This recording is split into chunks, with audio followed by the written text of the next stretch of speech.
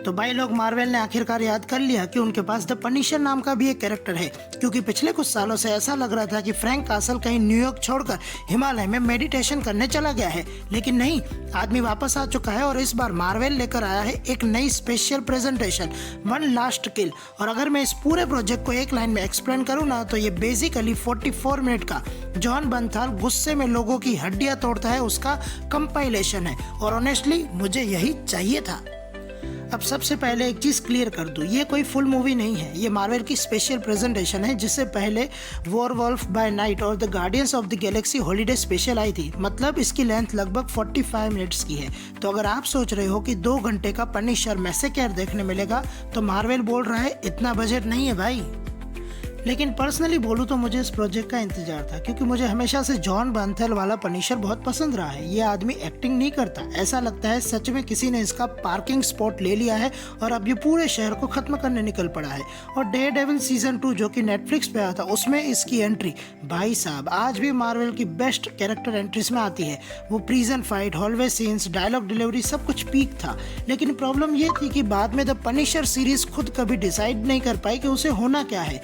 Season 1 बन गया espionage thriller, season 2 में आधा टाइम जिक्सो थेरेपी ले रहा था, मैं पनिशर देखने आया था और नेटफ्लिक्स मुझे इमोशनल काउंसलिंग दे रहा था। और ऑनेस्टली वन लास्ट किल देखकर भी मुझे एग्जैक्टली यही फीलिंग है, क्योंकि इस प्रोजेक्ट में जो सबसे अच्छी चीज़ है वही सबसे फ्रस्ट्रेटिंग भी है। लेकिन पहले गुड स्टफ की बात करते हैं। भाई ये स्पेशल का सेकंड हाफ एब्सोल्युटली इनसेन है, मतलब जेन्युइनली मज़ा आ गया। कोई अननेसेसरी मल्टीवर्स नॉनसेंस नहीं, कोई स्काई बीम नहीं, कोई the fate of universe depends on this dialogue no. बस फ्रैंक कासल गलत लोगों के बीच फंस जाता है और फिर शुरू होता है प्योर वायलेंस।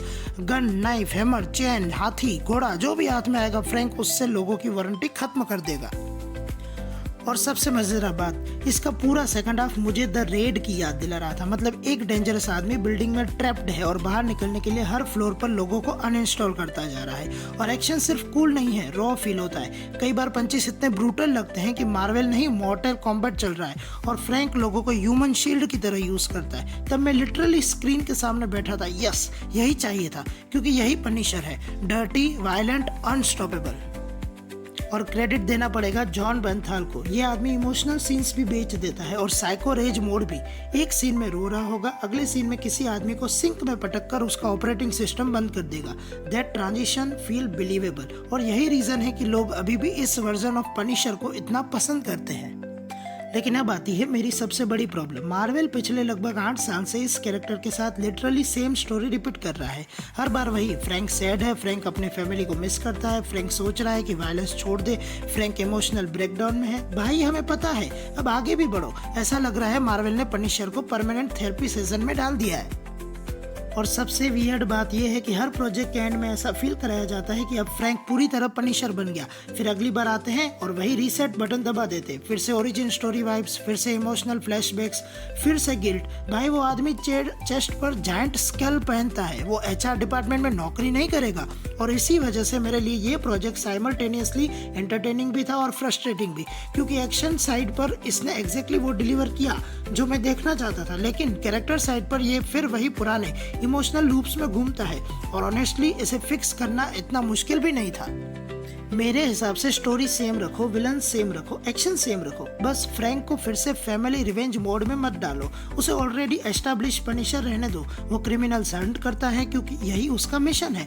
और अगर इमोशनल कॉन्फ्लिक्ट चाहिए तो दिखाओ कि उसके एक्शंस के कॉन्सिक्वेंसेस हुए हैं, इनोसेंट लोग हर्ट हुए हैं, इसलिए वो खुद को क्वेश्चन कर रहा है। That would feel fresh. लेकिन यहाँ फिर वही my family, my pain, my trauma वाला लूप शुरू हो जाता है। और भाई एक और चीज़, इतने साल बाद कमबैक कराया है तो उसको प्रॉपर स्कल वेस्ट पहनाने में इतनी शर्म क्यों आती है मार्वल को?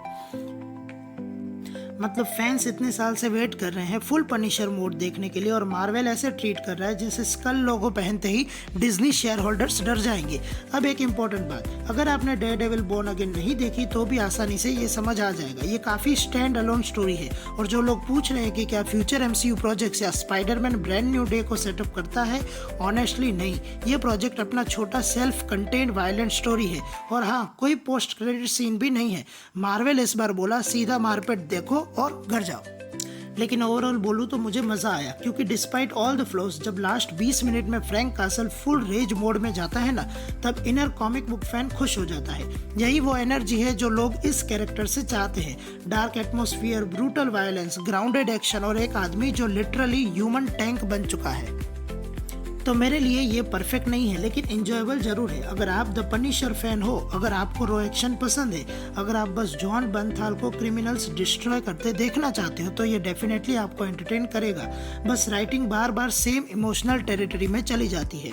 तो मार्वल से रिक्वेस्ट है, अब इस आदमी को फाइनली प्रॉपर R-रेटेड मूवी दे दो, क्योंकि जब भी जॉन बर्नथाल फुल पनिशर मोड में जाता है, स्क्रीन लिटरली अलाइव फील होने लगती है। अगर आपको ये वीडियो पसंद आया हो तो वीडियो को लाइक और चैनल को सब्सक्राइब जरूर करना। अगर आपने ये सीरीज स्टैंड अलोन देख लिया है तो कमेंट करके जरूर बताना। हम मिलते हैं अगले वीडियो में। धन्यवाद।